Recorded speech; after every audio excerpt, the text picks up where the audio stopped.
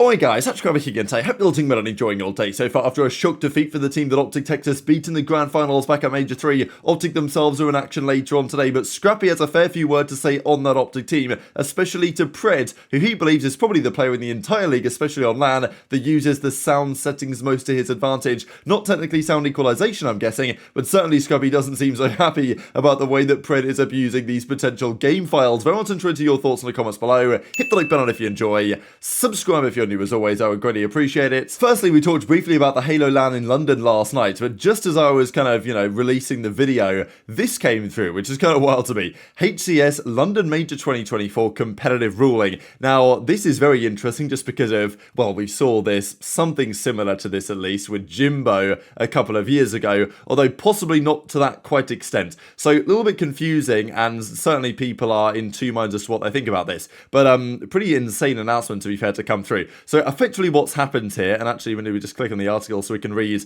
exactly what HCS and the team at Esports Engine, I guess, that put this together, had to say. During pool play at HCS London's Major, Complexity were on stage preparing for the game against FaZe Clan when the administration were led to discover that Spartan's SSD, who's a controversial player in the first place, was not the official tournament SSD, so, solid state drive. Upon further inspection, it was discovered the software on the SSD was not provided by the administration and furthermore contained new unapproved software as well as other changes to the existing software in an effort to increase the performance of the PC. No software of any other nature was discovered. When talked to, Spartan cooperated with the investigation, and then seemingly it was, determines that while, look, I don't think he installed cheats, right? But certainly what was on the computer, what was on this SSD that he put into the PC was not official software, and was potentially software that was trying to replicate, what he was using at his home PC. But that's just not how it works. And there is a requirement to use the official tournament-provided stuff.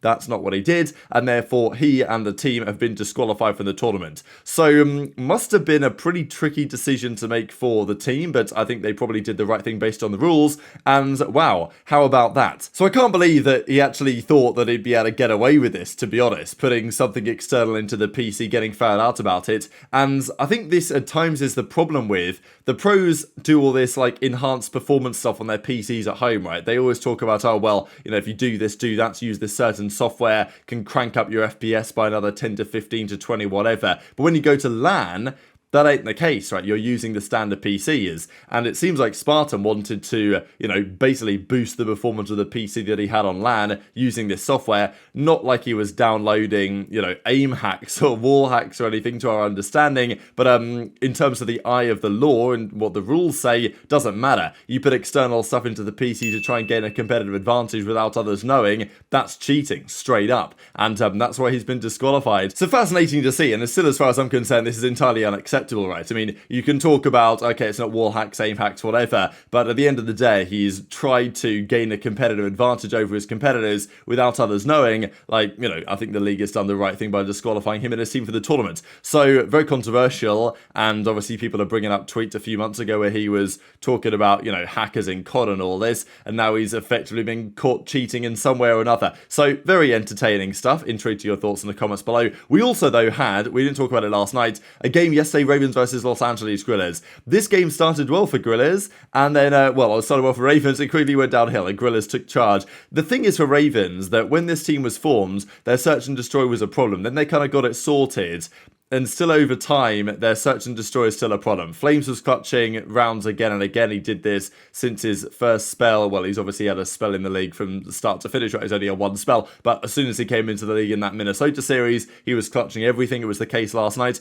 But then Ravens, they take a nice game 3. They win an offense on the invasion. That's enough. But this game 4 will possibly come back to haunt the Ravens because, well, this is not a series they could really afford to lose for either team, especially with Surge winning and especially with Minnesota winning. That meant this series was even more important for Ravens and for Guerrillas. Ravens at 125, I think. Guerrillas at 110 going into this series. And Ravens, despite being, I would say, a top 8 team in the game, usually, they haven't been able to necessarily do that online all the time. And even at LAN, they haven't quite scored the points they would have liked to. So they lose the game 4 here here on the Vista, and this was a very uncharacteristically poor series here for Gwyn. Clay actually played really well this series. He clutches a nice little 1v1 here against Flames, shoots his body, which, well, never seems to end well at the moment. If FaZe do it, they seem to now lose. We saw it earlier in the day with Bean shooting Gunless's body. He lost. Obviously, Clay goes on to do it. They lose. So, yeah, really rough for the Ravens here. Flames obviously throws up the birds here to Clayster at the end of the game, understandably so. And as Clay's like, yeah, GG's, lost 3-2.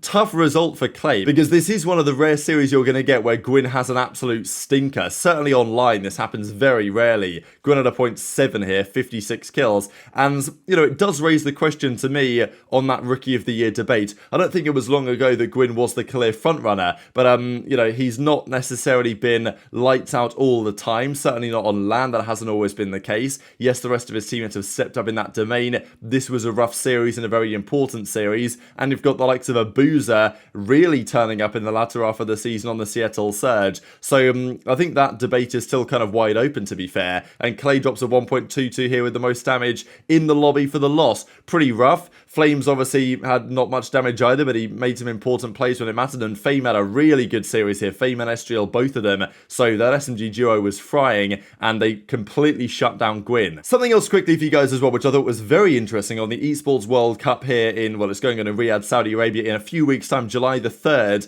This all kicks off with so many games, you know, League of Legends, Dota, Counter-Strike, PUBG, basically everything there is getting played. No Call of Duty yet, right? And we have a couple of games here in week 1 and week 7 that are to be determined or to be announced. And yesterday it was spotted that there is this account here on Twitch that was formerly a DreamHack account that is now EWC_COT, which we can only imagine means Esports World Cup, the Call of Duty channel for it. Now, there's no picture here, there's nothing really to that effect, but it's been spotted out there and it's been discussed. And is it not out of the realms of possibility that in, let's say, week 7, which would be the second final week, the penultimate week in, you know, middle of August, that's 1 month after the World Championship. So I think it's certainly plausible that COD is going to be at the Esports World Cup. We shall see if there's anything to that, but I thought I'd mention what the Reddit detectives have come up with over the last couple of days. Wanted to share some clips they hear from Scrappy, right? Because they lose the major in the grand finals to OpTic Texas. Scrappy's not so happy about it, and a couple of entertaining clips. Some of this is tongue-in-cheek. Some of this is, well, seemingly what Scrappy actually thinks on the matter. He was talking about how, oh, this OpTic team is horrendous. Okay, you whatever, you beat us 4-0, but it is what it is. There's like some script he reckons in play, because the same thing when Toronto won the OpTic Major last year, and now OpTic have won the Toronto Major. A similar thing happened with the trophy, and Scrappy's like, yeah, well, when we go to the World Championship, it's going to be chalked, because it's the OpTic World Championship, you know, all this type of stuff. But especially what he said on Pred, I thought was kind of interesting. Dude, what? These guys are awful, man. Like, I can shoot bodies too, bro. That means nothing, man. That's why I shot AG's body in the P3, Brandon. I'm just like, I'm shooting you guys' body. I just need you guys to know, like, you guys are fucking awful. Like, holy f. You guys notice how, like, everyone, they just run, like, I was challenging the cross. They're not challenging the cross with me. Brandon learned the hard time. Yeah, I mean, like, you're just good if I have to go on top of a dumpster out in the open. Like, I started robbing your spot, and I don't know, like, that spot, wait, that spot's godlike. The green dump one? Yeah, absolutely. We literally get every kill. The last one was AG, top SGs, because he just baited his whole roster. And then, like it's just fugazi, man, but whatever. 4-0 GG's, these guys are horrendous. Go GG's. 4-0 GG's, these guys are horrendous. Yo, Brandon, I also know about you guys. You guys are sounding so hard. Bro, AG, bro, you get on stage after AG, his team's cranked, his game is full cranked, 0 side tone. I'm like, holy f. And then AG's gonna come back to online. AG's gonna come back to online and say, dude, these guys are sounding so f***ing hard. When AG is literally the biggest sounder on LAN by far. Bro, stream, I'm talking about 0 side tone. You can't hear yourself to save your f***ing life. And like, you get on, bro, you know how loud your earbuds can get, bro? Oh my god. Oh my god. Bro, his ears must be f***ing bleeding. Nah, the kid's actually brain dead. AG literally is just calling people sound whores online just to check him out, even though he's the one that's just sounding everyone. I tip it. It's tippable. It's actually tippable. Yeah, I'm not gonna lie, Freddy. You know what the insane thing is? You guys beat us in our home, right? We beat you last year, and the same thing. We broke your guys' trophy a day after we got home, and you guys broke our trophy the day after. It's actually wild. That's how I know like this is so fugazi. Like script is so whack. Whatever. If you had champs at home champs, this fugazi. I'm out of here, bro. I'm going to the next league. If I get there and the script is written and I don't like what I see, I'm not playing. CDL champs hosted by OpTic. Winner OpTic. Yeah, right.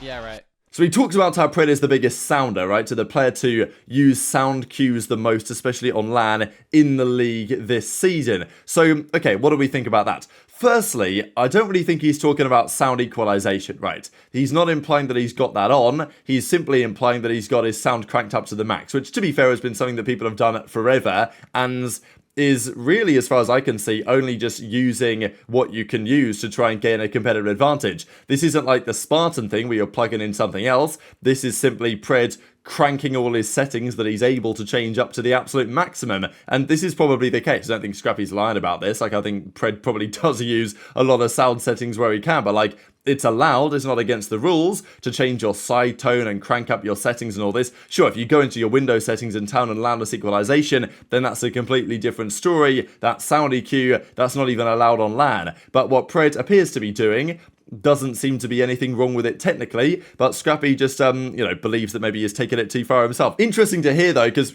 Scrappy's coming up with multiple explanations as to why they got 4-0'd in the finals. Maybe it does make some sense as well why this Pred guy, whenever you go to listenings, like, he's screaming all over the shop, isn't he? Like, I don't know if you can hear anything. Maybe you can only hear the other guy's footsteps. And look, if that's helping them win, then fair play. Like, maybe Scrappy should consider doing a similar thing. Obviously, he talked about the fact that, the scripting that might happen. He turns up to the event and Puckett just hands him a sheet of paper that says, alright, you're going to get 4-0 sound in the grand finals by OpTic. Unlucky lads, it's time to go to the script. And, well, we've got to talk about some matches for today. Just before we get to the games, I did want to mention this here from Alicia Kelsey, who, well, I'm pretty sure, unless you guys correct me on this, I'm almost certain that this is Killer Sloss's sister, who has been with John, of course, 2016 world champion, for quite some time now. So I don't know if, like, Sloss set him up with his sister or whatever. But anyway, she says that Big Thieves coming October 2024, as in they're having a baby. So congratulations to both of them. Now, okay, I'm not really sure about this, right? Because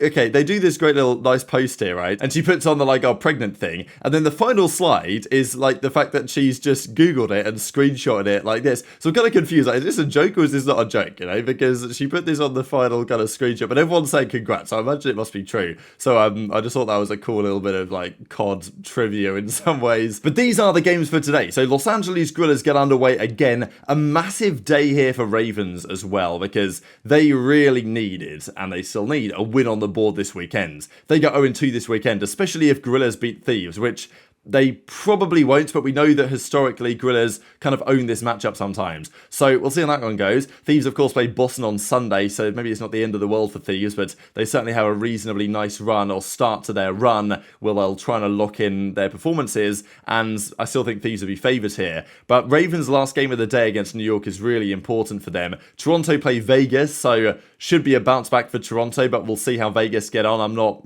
particularly high on that team with Johnny. And then OpTic play Miami. This fascinating series with Purge into Miami with no Vikul, as we talked about yesterday and the day before. So these are your 4 games of the day. There's 4 games on Sunday as well. OpTic play again, final game against Vegas there. So pretty tough weekend for those boys. But very much intrigued to your thoughts on all this stuff in the comment section below. Hit the like button if you enjoyed. Subscribe if you're new. Take care. And I'll see you next time.